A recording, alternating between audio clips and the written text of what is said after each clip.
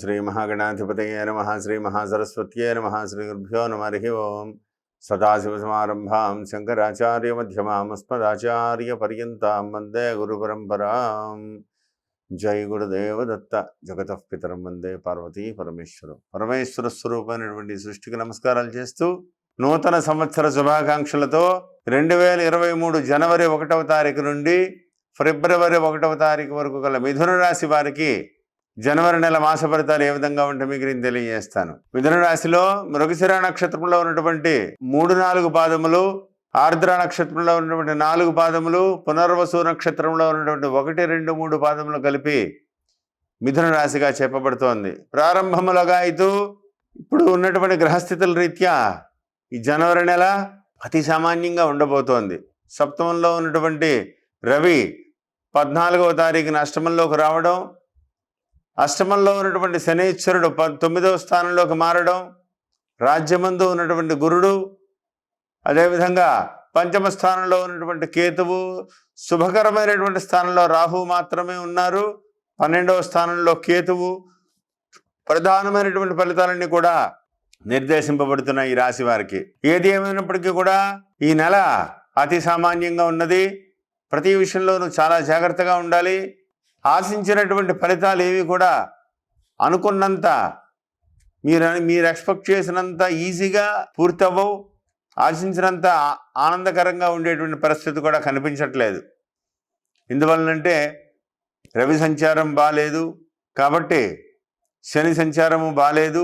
గ్రహస్థితులు ఏవి కూడా శుక్రుడు అష్టమంలో ఉండడం, భార్యాభర్తల విషయంలో ప్రతి చిన్న విషయాలకి కూడా కలత్ర విరోధాలు, ఏమందు ఉన్నటువంటి కుజుడు, ప్రతి విషయంలోనూ కూడా చిన్న విషయాలు ఇంత ఏదో అనుకున్నది ఇంత పెద్ద ఇష్యూ అయిపోవడం, దానివల్ల ఇంటా బయట కూడా సమస్యాత్మకంగా మారడం, వాదోపవాదాలు పెరిగిపోవడం, కోపం వచ్చేయడం, ఉత్తినే అంటే నాన్న వాళ్ళను కూడా అందరినీ మీకు మంచి చేసేవాళ్ళు కూడా మీకు అనుమానంతో వాళ్ళ వల్ల మీకు ఏదైనా చెడు జరుగుతోందని చెప్పేసి ఆవేశంగా మాట్లాడడం, దానివల్ల వ్యక్తిగత బాంధవ్యాలు, వ్యక్తిగత సంబంధాలు దూరం అవ్వడం, ఇవన్నీ కనపడుతున్నాయి. ఈ ఒక్క నెల చాలా జాగ్రత్తగా ఉండాలి. అదేవిధంగా శని, అష్టమ శని మారిన తర్వాత పీడ వదులుతుంది కొంత. 17వ తారీఖు నుంచి అష్టమంలో శని పీడ కొంత మీకు వదులుతుంది. అయినప్పటికీ కూడా అష్టమంలో రవి ఉన్నారు కాబట్టి ఈ నెల ప్రతి విషయంలోనూ చాలా జాగ్రత్తగా కనుక మీ నిర్ణయాలు తీసుకోగలిగితే రాబోయేటువంటి రోజుల్లో ప్రతి విషయంలోనూ కూడా విజయం లభిస్తుంది. వ్యాపార వ్యవహారాల్లో కూడా అష్టమ సంచారంలోకి బుధుడు, సప్తమ సంచారంలో బుధుడు అష్టమంలోకి రావడం, శుక్రుడు అష్టమంలో, మొత్తం నెలంతా శుక్రుడు అష్టమంలో ఉండడం, ఇవన్నీ కూడా కొంత వ్యక్తిగత వ్యతిరేక పరిణామాలని చెప్పుకోవాలి. ప్రతి విషయంలోనూ కూడా జాగ్రత్తలు వహించాలి. దూర ప్రాంతాలు ప్రయాణించే ముందు జాగ్రత్త. రాత్రులు అసలు ప్రయాణం చేయకండి. మధ్యవర్తిత్వాలు ఉండకండి. ఏ విషయంలోనూ కూడా అంటే ఏదో చిన్న సాయం చేయడం వల్ల ఎదుటి వ్యక్తులు బాగుపడతారే, పోన్లే సంతకం పెడదాం, లేకపోతే వాళ్ళు ఏదో అడుగుతున్నారు కదా అప్పు తెచ్చిద్దామని చెప్పి మేము కనుక మీ దగ్గర లేకపోయినా మీరు ఎక్కడో అప్పు తీసుకొచ్చి వాళ్ళకి సహాయం చేయడం వల్ల అక్కడేదో చిన్న ఇబ్బందులు రావచ్చు, ఏదైనా ప్రమాదం జరగచ్చు. అది మీరు కట్టవలసినటువంటి పరిస్థితులు కూడా వచ్చేటువంటి ప్రభావం కనపడుతున్నాయి. ఈ విషయంలో ఈ నెలలో ప్రత్యేకమైనటువంటి జాగ్రత్త వహించకపోతే 2.5 సంవత్సరాలుగా ఉన్నటువంటి అష్టమ శని ఈ నెలలో తీరిపోతోంది, వెళ్ళిపోతోంది. తుఫాన్ తీరం దాటే ముందు ఎలా ఉంటుంది, ఒక్కసారి సముద్రం ఎంత అలజడిగా ఉంటుందో ఇప్పుడు మీ పరిస్థితి కూడా అలాగే ఉంటుంది.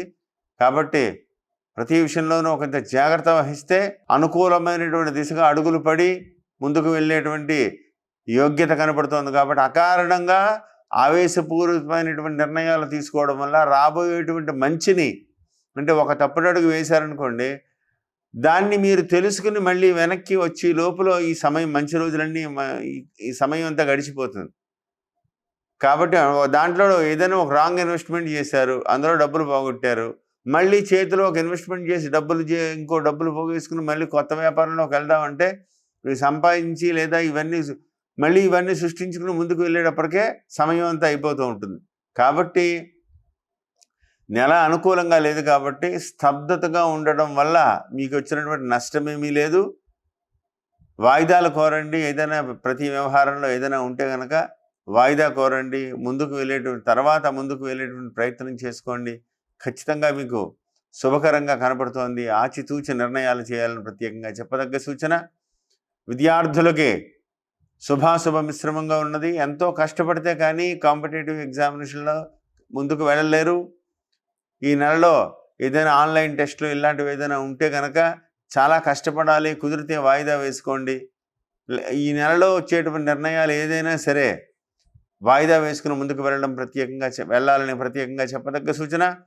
ఉద్యోగస్తులకి పని ఒత్తిడి అధికంగా ఉంటుంది.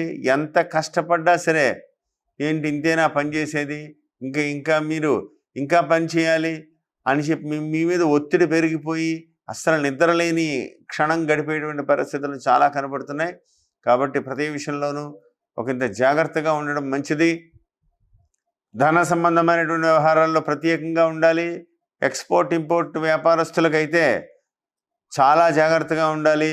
ఇన్కమ్ ట్యాక్స్ లేదా మీకు ఈ ఎక్స్పోర్ట్ ట్యాక్స్ ఇవన్నీ కూడా పెరిగిపోయి ప్రమాదాలకు మీకు ధన సంబంధమైనటువంటి వ్యవహారాల్లో ఇరుకున పడేటువంటి అవకాశాలు కనబడుతున్నాయి. కాబట్టి ఆ దిశగా ఈ నెలలో మానుకుంటే మంచిది. ఎక్స్పోర్ట్ ఇంపోర్ట్ వ్యాపారాలు ఈ నెలలో మానుకోవడం చాలా మంచిదని ప్రత్యేకంగా చెప్పదగ్గ సూచన. ఈ రాశిలో జన్మించినటువంటి స్త్రీలకైతే ఆరోగ్య విషయంలో చాలా జాగ్రత్తగా ఉండాలి. అష్టమ శని, అదేవిధంగా పూర్తయిన వెంటనే అష్టమ రవి యొక్క ప్రభావం 14, 15, 16, 17వ తేదీల మధ్యలో అష్టమ శని, అష్టమ రవి, అష్టమ శుక్ర ప్రభావం వల్ల ఈ పండగ రోజుల్లో గ్రహస్థితులు చాలా మైనస్గా ఉన్నాయి. కాబట్టి చుట్టాలతో బంధువులతో గడిపేటప్పుడు కానీ లేదా ఏదైనా ప్రయాణాల్లో కానీ ప్రతి వ్యవహారంలోనూ కూడా 14, 15, 16 చాలా ఇబ్బందికరమైనటువంటి పరిస్థితులు. అష్టమంలో రవిశనులు కలియక తల్లిదండ్రుల ఆరోగ్య విషయంలో జాగ్రత్త. మీరు తల్లిదండ్రులతో ప్రవర్తించేటువంటి వ్యవహారాల్లో కూడా చాలా జాగ్రత్తగా ఉండాలి. చిన్న చిన్న విషయాలకు వాదోపవాదాలు పెరిగిపోయి తల్లిదండ్రుల యొక్క మనస్సు గాయపరిచేటువంటి పరిస్థితులు కనపడుతున్నాయి. కాబట్టి జాగ్రత్తలు వహించాలని ప్రత్యేకంగా చెప్పదగ్గ సూచన. కన్స్ట్రక్షన్ రంగంలో ఉండేటువంటి వాళ్ళకి ఈ నెలలో ఇటువంటి అమ్మకాలు చేయవద్దు. ఎంత కష్టపడ్డా మీరు అనుకున్నటువంటి రేటు రాక నష్టాలు దిశగా అడుగులు పడతాయి. ప్రతి విషయంలో జాగ్రత్తలు వహించాలి.